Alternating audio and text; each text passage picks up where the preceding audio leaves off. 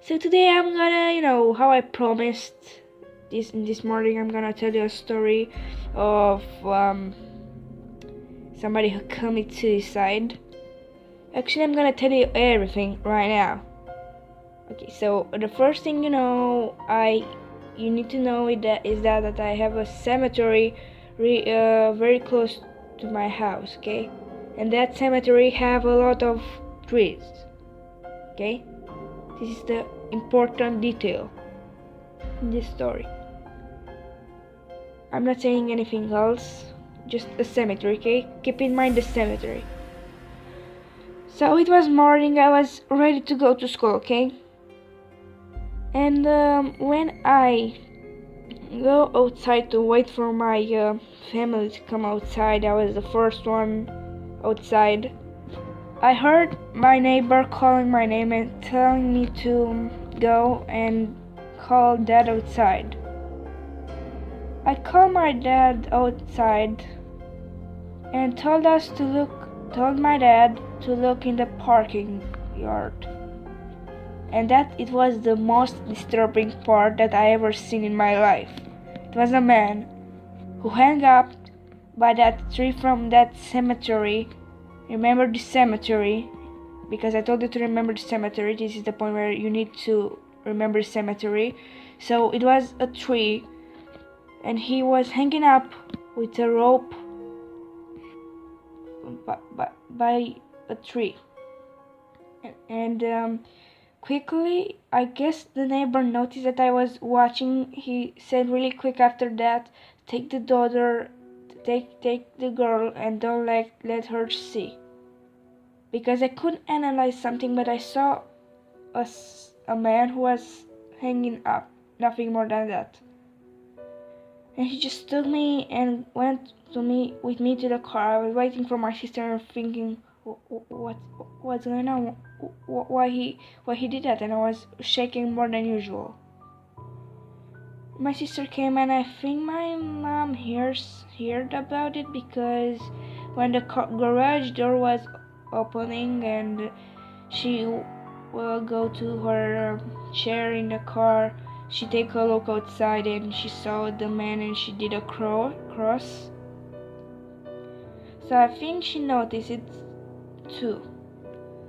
And I remember when we were down the street and prepared to go to my grandma, because I have hours later, I saw an ambulance who was going to my house direction. It was climbing from where I have the house, okay? And I was like really scared, because seeing a man at the age of 13 isn't the best thing for a child to see. And of course, later in that day, I was thinking just at this man, okay? Just at this man. And my friend didn't know about that man, and he was like, hey, what's up? Because he was with his dad, and his dad was going with us at school.